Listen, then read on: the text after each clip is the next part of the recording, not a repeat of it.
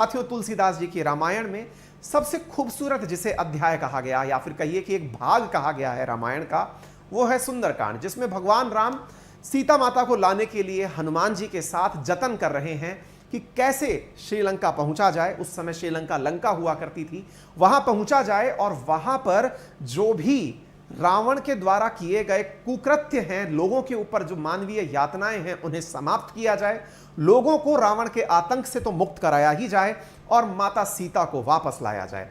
इस पूरे प्रयास को दिखाया गया है।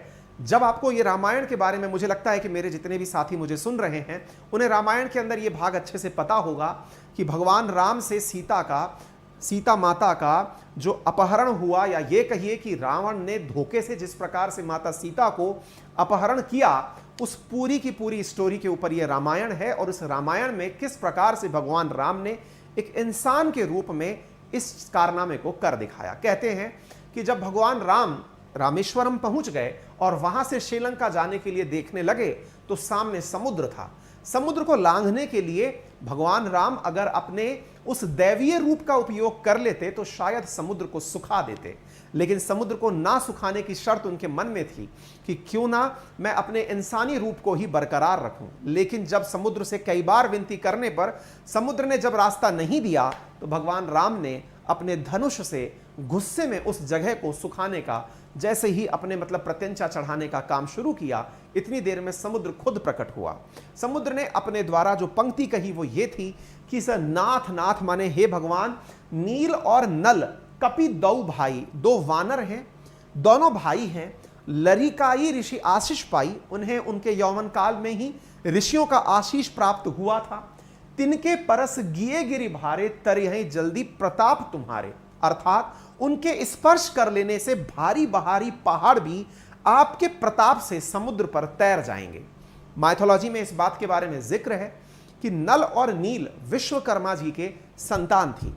इन्हें विश्वकर्मा जी, जिन्हें कहा जाता है कि गॉड ऑफ आर्कियोलॉजी, आर्किटेक्चर कहिए, क्योंकि जितनी भी बड़ी इमारतें हैं, कहा जाता है कि जो इंद्र का दरबार है या इंद्र का जो महल है वो स्वयं विश्वकर्मा जी ने निर्मित किया था। तो कहते हैं कि उस समय, आज भी विश्वकर्मा जयंती इसीलिए मनाई जाती है उन्हीं की याद में कि जितने भी आर्किटेक्ट के काम करने वाले लोग हैं, निर्माण से जुड़े हुए जो लोग हैं, चाहे फिर वो फर्नीचर का निर्माण करते हो या भवन निर्माण करते हो या फिर इंजीनियरिंग का निर्माण करते हो, वो उन्हें अपना भगवान मानते हैं।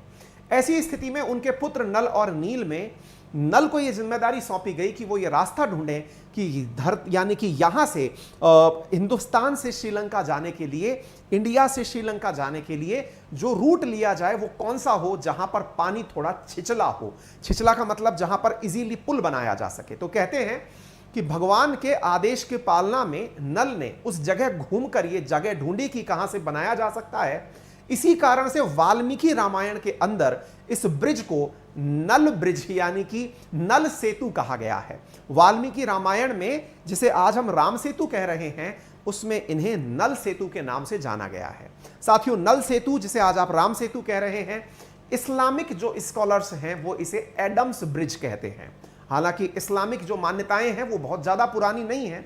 700-800 बीसी के अराउंड, एडी के अराउंड इस्लाम का ओरिजिन प्रतीत होता है, लेकिन उनकी मान्यताओं में उस ब्रिज को एडम्स ब्रिज कहा गया है। वेस्टर्न वर्ल्ड भी उसे अपनी किताबों में एडम्स ब्रिज ही बोलता है। हालांकि जब इसके प्रमाण 5 से 7 हजार साल पुराने प्राप्त हुए तो वो खुद से अपने इस शब्द को लेकर के चर्चाओं में है। खैर, नामकरण जिसका जैसे भी हुआ हो। साथियों, नासा के द्वारा जो तस्वीरें साझा की गई वो कुछ इस प्रकार की थी, जिसमें यह दर्शाया गया कि ये किस प्रकार से एक दूसरे के माध्यम से कनेक्टेड हैं। साथियों, राम सेतु के ऊपर वैज्ञानिकों की मोहर लगी। कहा गया कि यहां पर 50 किमी का लगभग एक पुल बना है और इस पुल के अंदर 7000 साल पुरानी चट्टानें लगी हैं। समुद्र के अंदर चट्टानें, आप में से कुछ लोग ज्योग्राफी पढ़ते हैं, कुछ विज्ञान में विश्वास रखते हैं, उनके अनुसार चट्टानें संभव है कि कोरल रीफ से बनी हुई हो, लेकिन इन चट्टानों को देखकर कोरल रीफ का प्रमाण नहीं मिलता। यह लगता है कि इन्हें किसी पहाड़ से लाकर यहां डाला गया है। यानी यह प्रमाण अपने आप में यह बताता हुआ प्रतीत होता है कि इंसान इन्हें कहीं से लाकर इस रास्ते में डाला ताकि पदमार्ग से होकर लंका जाया जा सके। साथियों, यहां पर जो बालू डली है, रेत डली है, उसके भी 4,000 साल पुराने होने के प्रमाण मिलते हैं। ये प्रमाण जो हैं ये आर्कियोलॉजी भी प्रूव करती है। इसके साथ साथ चेल्सी रोज, जो कि अमेरिका के अंदर दक्षिणी ओरेगॉन विश्वविद्यालय के अंदर पुरातत्वविद हैं, यानी कि आर्कियोलॉजिस्ट हैं, उन्होंने इस बारे में चर्चा की है। वाल्मीकि रामायण में तो यह तक कहा गया है कि इस पुल को निर्मित करने के लिए जो बीच बीच में आइलैंड्स थे, उनके बीच में पेड़ के तने बांधे गए। वानर सेना जाकर के पेड़ के तनों को तोड़कर लाती और ब्रिज के बीच में जोड़ती चली जाती, यानी कि एक द्वीप से दूसरे द्वीप के बीच में जोड़ती चली जाती। फिर वहां पर मिट्टी डाली जाती और उसके ऊपर पत्थर रखे जाते। कहा जाता है कि आज वो पेड़ तो पानी के अंदर जाने कब के गल गए होंगे, लेकिन ये ब्रिज आज भी स्थित है, लेकिन ये 9 फीट ऊपर पानी रखता है। जब वैज्ञानिकों से इस बारे में प्रमाण पूछा जाता है कि आज इस पर पानी क्यों है, तो खुद एपीजे अब्दुल कलाम ने, मैं उस बाइट को लाना यहां पर मेरे पास पॉसिबल नहीं हो पाया, एपीजे अब्दुल कलाम का एक वीडियो है जिसमें वो खुद इस बात को स्वीकार कर रहे हैं कि समुद्र का जल स्तर लगभग 9 फीट बढ़ा है, लगभग 2.5 मीटर के आसपास इंक्रीज हुआ है। समुद्र का जल ऊपर चढ़ के आ गया है। यही, और ये आप आज भी जब आप ज्योग्राफी पढ़ते हैं, पर्यावरण के अंदर परिवर्तन पढ़ते हैं, क्लाइमेट चेंज पढ़ते हैं, तो आप इस बारे में सुनते हैं कि हां, पर्यावरण के मतलब प्रभाव से समुद्र का जल स्तर इंक्रीज हुआ है। इस इंक्रीज हुए जल स्तर के अंदर वो राम सेतु पानी के अंदर डूब गया है, अभी भी वो उपस्थित है। यह बात इससे प्रूव होती है कि यूपीए 1 गवर्नमेंट ने उसी राम सेतु के मध्य में से सेतु समुद्रम नाम से एक जल प्रोजेक्ट बनाने का निर्णय लिया था। हालांकि सुब्रमण्यम स्वामी जी, फिर से मुझे यहां पर कोट करने पड़ेंगे, वो कोर्ट जाकर के उसके ऊपर स्टे ले आए थे और उसे नहीं होने दिए थे। तो उम्मीद है कि आप लोगों को यह बात भी समझ में आ रही हो। तो आपको यह समझ में आना चाहिए तमिलनाडु भारत के दक्षिण में ये कहां है, ये मैंने आपको बता दिया।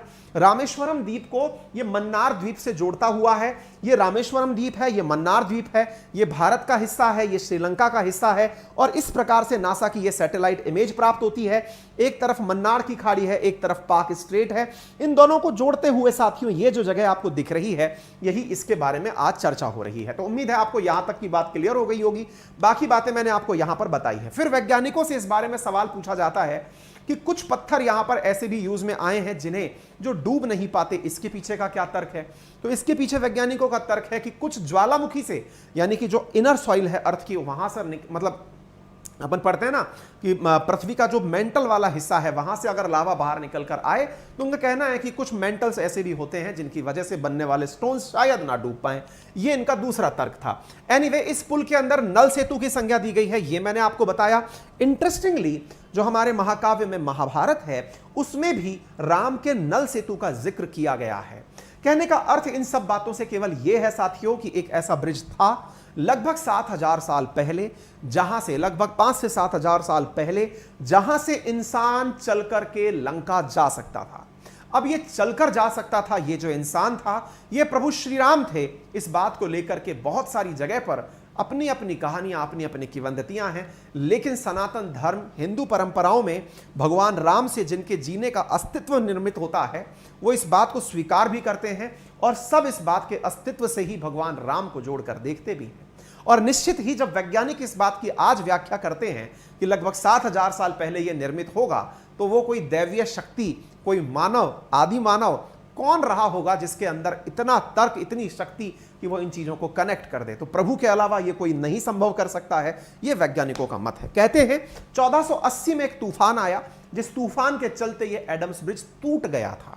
ठीक है, अब 7,000 साल पुरानी निर्मित इकाई है, तो उम्मीद है कि आपको यहां तक बात समझ में आ जाए। साथियों, रामायण में, तुलसी की रामायण में इस बात का भी जिक्र है जो कि आप सबके मोटिवेशन के लिए काफी काम का है, और वो ये है कि एक बार प्रभु श्री राम से जब राम सेतु का निर्माण हो रहा था, उस समय पर गिलहरी ने, स्क्विरल ने अपने द्वारा ये कहा कि प्रभु, मैं भी आपकी मदद करना चाहती हूं इस राम सेतु के निर्माण में। कहते हैं भगवान राम ने कहा कि जरूर करो, पर मैं इतनी छोटी हूं कि मेरे द्वारा आपको यह सहयोग दिखेगा ही नहीं। तब प्रभु श्री राम ने उसके ऊपर हाथ रखते हुए ये कहा। अभी देखिए, माइथोलॉजी है, आज भी जब आप गिलहरी देखते हैं तो उसके पीछे 3 उंगलियां हैं। कहते हैं माइथोलॉजी में कि वो भगवान राम के हाथ हैं जो इसके ऊपर, गिलहरी के ऊपर बने हुए हैं।